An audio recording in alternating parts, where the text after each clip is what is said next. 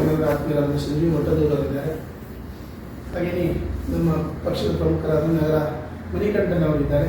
ಬಂದಿರುವಂಥ ಎಲ್ಲ ನಮ್ಮ ಪ್ರೀತಿಯ ಮಾಧ್ಯಮ ಬಂಧುಗಳನ್ನು ಅತ್ಯಂತ ಪ್ರೀತಿಯಿಂದ ಈ ಕಾರ್ಯಕ್ರಮಕ್ಕೆ ಸ್ವಾಗತಿಸ್ತೇನೆ. ಮಾಧ್ಯಮ ಬಂಧುಗಳಿಗೆ ಮತ್ತೊಮ್ಮೆ ಸ್ವಾಗತ ಮತ್ತು ಹಬ್ಬದ ಶುಭಾಶಯವನ್ನು ಸಲ್ಲಿಸ್ತಾ ಇವತ್ತು ಪುತ್ತೂರು ಅಭಿವೃದ್ಧಿಯಲ್ಲಿ ಸುದ್ದಿ ಮಾಡಬೇಕಿತ್ತು, ಆದರೆ ಲಂಚಾವತಾರದಲ್ಲಿ ಇವತ್ತು ಪುತ್ತೂರು ಸುದ್ದಿ ಮಾಡ್ತಾ ಇದೆ. ಗುರುವಾರ ದಿವಸ ತಾಲೂಕು ಕಚೇರಿಯ ಒಬ್ಬ ಪ್ರಥಮ ದರ್ಜೆ ಸಹಾಯಕ ಸುನೀಲ್ ಎಂಬುವರನ್ನು ರೆಡ್ ಹ್ಯಾಂಡ್ ಆಗಿ ಲೋಕಾಯುಕ್ತದವರು ಹಿಡಿದು ಅರೆಸ್ಟ್ ಮಾಡ್ತಾರೆ.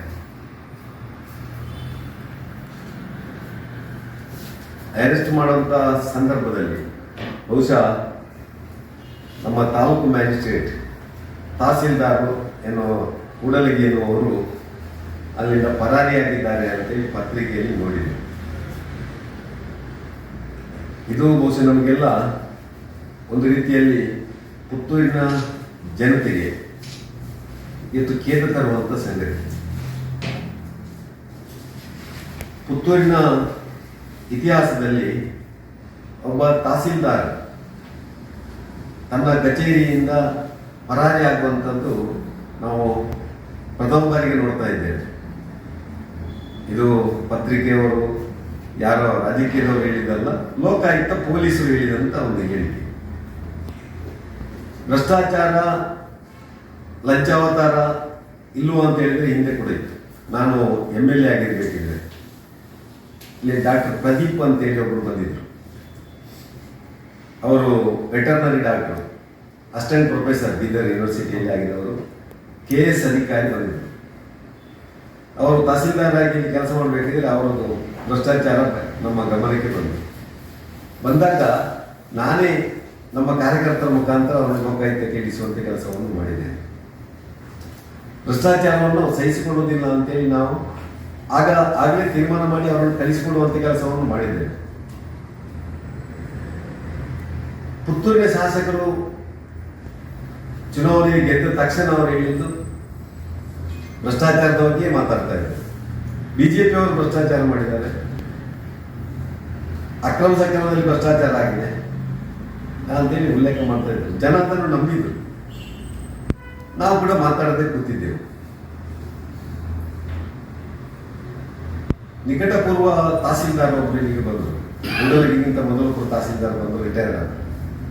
ಅವರು ಲೋಕಾಯುಕ್ತದಲ್ಲಿ ಟ್ಯಾಪ್ ಆಗಿ ಜೈಲು ಶಿಕ್ಷೆ ಅನುಭವಿಸಿ ಪುತ್ತೂರಿಗೆ ಬಂದರು. ಪುತ್ತೂರಿಗೆ ಅವರು ತಂದವರು ಯಾರು? ಒಬ್ಬ ತಹಸೀಲ್ದಾರ್ ಅವರಷ್ಟಕ್ಕೆ ಬರುವುದಿಲ್ಲ.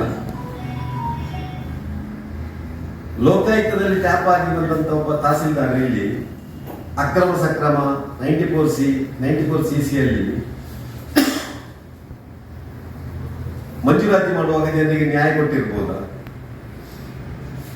ಖಂಡಿತ ನ್ಯಾಯ ಕೊಟ್ಟಿರಲಿಕ್ಕಿಲ್ಲ. ಅಲ್ಲಿ ಭ್ರಷ್ಟಾಚಾರ ನಡೆದಿದೆ ಅಂತೇಳಿ ಇವತ್ತು ಜನ ಭಾವಿಸ್ತಾ ಇದ್ದಾರೆ. ಒಬ್ಬ ತಾಲೂಕು ಆಫೀಸಲ್ಲಿ ಅಕ್ರಮ ಸಕ್ರಮ ಜಾಗದ NOCಗೆ ದುಡ್ಡು ತಗೊಳ್ಬೇಕಿದ್ರೆ ಅಕ್ರಮ ಸಕ್ರಮದಲ್ಲಿ ಎಷ್ಟು ದುಡ್ಡು ತಗೊಳ್ಳಿಲ್ಲ ಅಂತೇಳಿ ಜನ ಇವತ್ತು ಮಾತಾಡ್ತಾ ಇದ್ದಾರೆ. ಇವತ್ತು ನಾನು ಹೇಳುವಂಥದ್ದು ಜನರಿಗೆ ಅನ್ಯಾಯ ಆಗಬಾರ್ದು. ಯಾರ್ಯಾರು ಫಾರ್ಮ್ ನಂಬರ್ 57ರಲ್ಲಿ ಅಕ್ರಮ ಸಕ್ರಮ ಅರ್ಜಿ ಕೊಟ್ಟಿದ್ದಾರೋ, 94CC ಯಲ್ಲಿ ಅರ್ಜಿ ಕೊಟ್ಟು ನಿವೇಶನಕ್ಕೆ ಇವತ್ತು ಕಾಯ್ತಾ ಇದ್ದಾರೋ ಅವ್ರಿಗೆ ನ್ಯಾಯ ಕೊಡಬೇಕು. ಇಂದಿನ ತಹಸೀಲ್ದಾರ್ ತುಂಬ ಜನರಿಗೆ ಅವ್ರು ರಾತ್ರಿ ಬೆಳಗಾಗುವಾಗ ಸಾಗುವಳಿ ಚೀಟಿ ಹಕ್ಕುಪತ್ರ ಕೊಟ್ಟಿದ್ದಾರೆ ಅಂತೇಳಿ ನನ್ನ ಮಾಹಿತಿಗೆ ಬಂದಿತ್ತು. ಆ ನಿಕಟಪೂರ್ವ ತಹಸೀಲ್ದಾರ್ ಅವಧಿಯಲ್ಲಿ ಆದಂತಹ ಎಲ್ಲ ಅಕ್ರಮ ಸಕ್ರಮ ಮತ್ತು 94C ಯನ್ನು ಲೋಕಾಯುಕ್ತ ತನಿಖೆ ಮಾಡ್ತಾರೆ. ಅದು ನ್ಯಾಯಯುತವಾಗಿ ಆಗಿದ ಅಲ್ಲ, ಭ್ರಷ್ಟಾಚಾರದಿಂದ ಕೂಡಿದ ಅಂತ ಒಂದು ಮಾಡಬೇಕು ಅಂತ ನಾವು ಒತ್ತಾಯವನ್ನು ಮಾಡ್ತಾ ಇದ್ದೇವೆ. ಅದರ ಜೊತೆಯಲ್ಲಿ ನಾನು ಇಲ್ಲಿ ಉಲ್ಲೇಖ ಮಾಡಿದಾಗೆ NOCಗೆ ಇವತ್ತು ಲಂಚ ಇಲ್ಲಿ ಕೇಳ್ತಾರೆ. ಅಕ್ರಮ ಸಕ್ರಮದಲ್ಲಿ ಎಷ್ಟಾಗಿರ್ಬೋದು? ಅಕ್ರಮ ಸಕ್ರಮ ಬಹುಶಃ ನಾವು ಕಂಡುಕೊಂಡಾಗಿ ವಿನಯ್ ಕುಮಾರ್ ಸೊರಕೆ ಕಾಲದಿಂದ ಆರಂಭ ಆಯಿತು. DV ಸದಾನಂದ ಗೌಡರಿದ್ದರು, ಶಕುಂತಲ ಶೆಟ್ಟರು BJPಯಲ್ಲಿದ್ದರು, ಕಾಂಗ್ರೆಸ್ಸಲ್ಲಿದ್ದರು, ಮಲ್ಲಿಕಾ ಪ್ರಸಾದ್ ಇದ್ದರು, ಸಂಜೀವ್ ಮಠನ್ ಇದ್ದರು. ಆದರೆ ಒಬ್ಬ ಶಾಸಕನ ಕಚೇರಿಗೆ ಹೋಗಿ ಅಲ್ಲಿಗೆ ಅಕ್ರಮ ಸಕ್ರಮದ ಫೈಲನ್ನು ಅಲ್ಲಿಟ್ಟು ಅಲ್ಲಿಂದ ತಹಸೀಲ್ದಾರ್ ಕಲಿಸಿ ಅಲ್ಲಿಂದ ಮಂಜೂರು ಮಾಡುವಂಥ ಪದ್ಧತಿ ನಮ್ಮಲ್ಲಿ ಇರಲಿಲ್ಲ. 94C ಇರಲಿಲ್ಲ. ಇವತ್ತೇನಾಗಿದೆ ಅಂದರೆ ಶಾಸಕರ ಕಚೇರಿಗೆ ಹೋಗದೆ ಯಾರ್ದು ಫೈಲಿಂದ ಮುಂದೆ ಹೋಗೋದಿಲ್ಲ. ಇದರ ಅರ್ಥ ಏನು ಅಂದರೆ ಬಹುಶಃ ನನಗೆ ಕಾಣ್ತದೆ ಭ್ರಷ್ಟಾಚಾರ ಅಲ್ಲಿಂದ ಶುರುವಾಗ್ತದೆ ಅಂತೇಳಿ.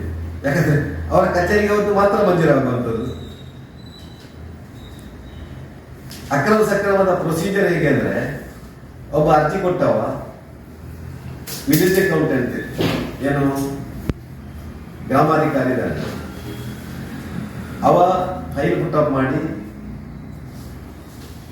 RIಗೆ ನಮ್ಮ ರೆವಿನ್ಯೂ ಇನ್ಸ್ಪೆಕ್ಟರ್ ಅಲ್ಲಿಗೆ ಹೋಗಿ ಅವರದನ್ನು ಸರ್ಟಿಫೈ ಮಾಡಿ ತಹಸೀಲ್ದಾರ್ ದಸ್ತಖತ್ ಹಾಕಿ ಎಲಿಜಿಬಲ್ ಇದ್ದರೆ ಅದನ್ನು ಕಮಿಟಿಗೆ ಇಡಬೇಕು. ಅವತ್ತು ಶಾಸಕರ ನೇತೃತ್ವದ ಕಮಿಟಿ ಅದನ್ನು ಮಂಜೂರು ಮಾಡಬೇಕು. ಇದು ಪ್ರೊಸೀಜರ್. ಎಲ್ಲಿಯೂ ಶಾಸಕರ ಕಚೇರಿಗೆ ಹೋಗಬೇಕು ಅಂತ ಇಲ್ಲಿ ಉಲ್ಲೇಖ ಇಲ್ಲ. ಇವತ್ತು 100ಕ್ಕೆ 100 ರಾಜಕೀಕರಣ ಮಾಡುವಂಥ ಕೆಲಸ ಈ ಅಕ್ರಮ ಸಕ್ರಮ ಮತ್ತು 94C ಮಾಡ್ತಾ ಇದ್ದಾರೆ.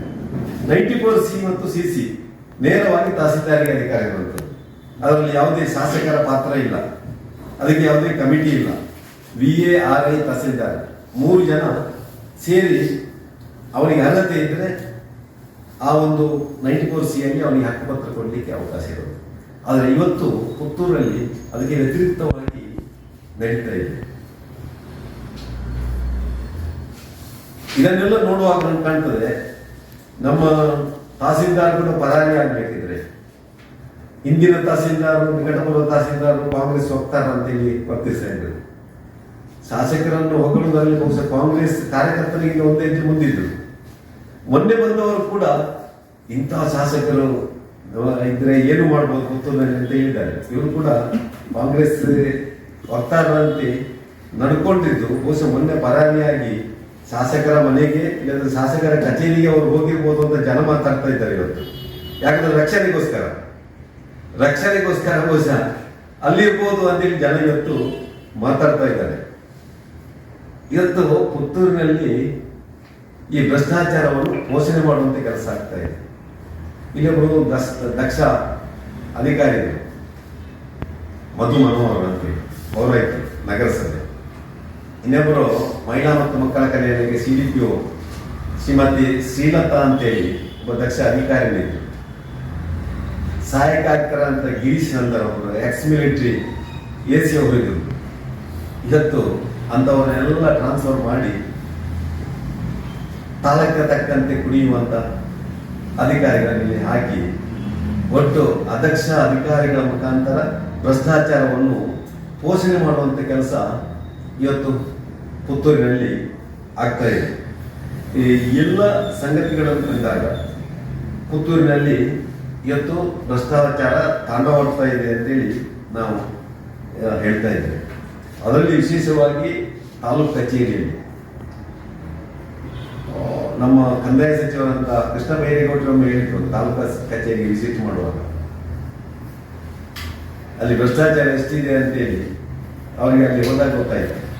ನೀವು ಯಾವುದಕ್ಕೆ ಎಷ್ಟೆಷ್ಟು ದುಡ್ಡು ಅಂತೇಳಿ ಲಂಚ ಕೊಡಬೇಕು ಅಂತೇಳಿ ಲಿಸ್ಟ್ ಹಾಕಿ ಹೋಟೆಲಲ್ಲಿ ನಮಗೆ ಮೆನು ಕೊಡ್ತಾರಲ್ಲ, ಯಾವುದಕ್ಕೆ ತಿಂಡಿದು ನಮ್ಮ ಪಾನೀಯದ ಮೆನು ಕೊಟ್ಟಾಗಿ ಹಾಕಿ ನಾನು ಹೇಳುವಂಥದ್ದು ಪುತ್ತೂರು ತಾಲೂಕು ಕಚೇರಿಯಲ್ಲಿ ಕೂಡ ನಿಮ್ಮ ಒಂದು ಏನು ಲಂಚದ ಒಂದು ಮೆನು ಹಾಕಿ ಅಂತೇಳಿ ಜನ ಮಾತಾಡ್ಲಿಕ್ಕಿಲ್ಲಲ್ಲ, ಅಷ್ಟು ಕೊಟ್ಟು ಅವರ ಕೆಲಸ ಮಾಡಿಕೊಂಡು ಹೋಗ್ತಾರೆ.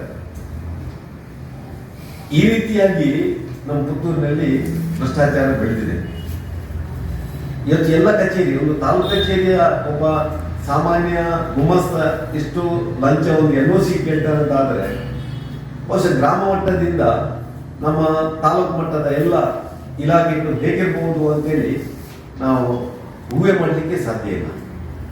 ಅಂತಹ ಒಂದು ಪರಿಸ್ಥಿತಿಯಲ್ಲಿ ಇವತ್ತು ಈ ಸರ್ಕಾರ ಈ ಒಂದು ಭ್ರಷ್ಟಾಚಾರವನ್ನು ಪೋಷಣೆ ಮಾಡುವಂತ ಕೆಲಸ ಮಾಡ್ತಾ ಇದೆ. ಅದಕ್ಕೆ ಜನಪ್ರತಿನಿಧಿಗಳು ಕೂಡ ಪ್ರೋತ್ಸಾಹ ಕೊಡುವ ಕೆಲಸವನ್ನು ಮಾಡ್ತಾ ಇದ್ದಾರೆ. ಭ್ರಷ್ಟರನ್ನೇ ಇಲ್ಲಿ ಹಾಕಿ ಮತ್ತಷ್ಟು ಭ್ರಷ್ಟ ಇಲಾಖೆಯನ್ನಾಗಿ ಮಾಡುವಂಥ ಕೆಲಸ ಇವತ್ತು ಸರ್ಕಾರ ಮತ್ತು ನಮ್ಮ ಜನಪ್ರತಿನಿಧಿಗಳು ಮಾಡ್ತಾ ಇದ್ದಾರೆ. ಅದಕ್ಕಾಗಿ ಬಹುಶಃ ಭಾರತೀಯ ಜನತಾ ಪಾರ್ಟಿ ಇದನ್ನು ಗಂಭೀರವಾಗಿ ತಗೊಂಡಿದೆ. ಮುಂದಿನ ದಿನಗಳಲ್ಲಿ ನಾವು ಹೋರಾಟಕ್ಕೂ ಸಿದ್ಧರಾಗಿದ್ದಾರೆ. ಇಂಥ ಭ್ರಷ್ಟಾಚಾರವನ್ನು ಸಹಿಸಿಕೊಳ್ಳುವುದಿಲ್ಲ. ಜನರಿಗೆ ಇವತ್ತು ಪ್ರಾಮಾಣಿಕವಾಗಿ ಕೆಲಸ ಮಾಡುವಂಥ ಅಧಿಕಾರಿಗಳು ಬೇಕು. ಇವತ್ತು ಅಕ್ರಮ ಸಕ್ರಮ ಒಂದು ಶಾಸಕರ ಕಚೇರಿಗೆ ಹೋಗದೆ ನೇರವಾಗಿ ತಹಸೀಲ್ದಾರ್ ಕೊಡುವಂಥ ಒಂದು ವ್ಯವಸ್ಥೆ ಆಗಬೇಕು. 94C ಅಲ್ಲಿ ಯಾರ್ಯಾರು ಅರ್ಜಿ ಕೊಟ್ಟಿದ್ದಾರೆ ಅವರಿಗೂ ತಕ್ಷಣ ಮನೆ ನಿವೇಶನ ಮಂಜೂರು ಮಾಡುವಂಥ ಅರ್ಹತೆ ಆಧಾರದಲ್ಲಿ ಮಾಡಬೇಕು ಅಂತೇಳಿ ತಾವು ಒತ್ತಾಯವನ್ನು ಮಾಡ್ತಾರೆ. ಕೂಡದ ಬಗ್ಗೆ ಬಹುಶಃ ಮೊನ್ನೆ ಭ್ರಷ್ಟಾಚಾರ ಎಷ್ಟಿದೆ ಅಂತೇಳಿ ಕಾಂಗ್ರೆಸ್ ನಾಯಕ ಮೊಹಮ್ಮದ್ ಅಲಿ ಅವರೇ ಉಲ್ಲೇಖ ಮಾಡಿದರು. ನಾವು ಹೇಳಬೇಕಾಗಿಲ್ಲ. ಕಾಂಗ್ರೆಸ್ ನಾಯಕರ ಇವತ್ತು ಪುತ್ತೂರು ನಗರಾಭಿವೃದ್ಧಿಯಲ್ಲಿ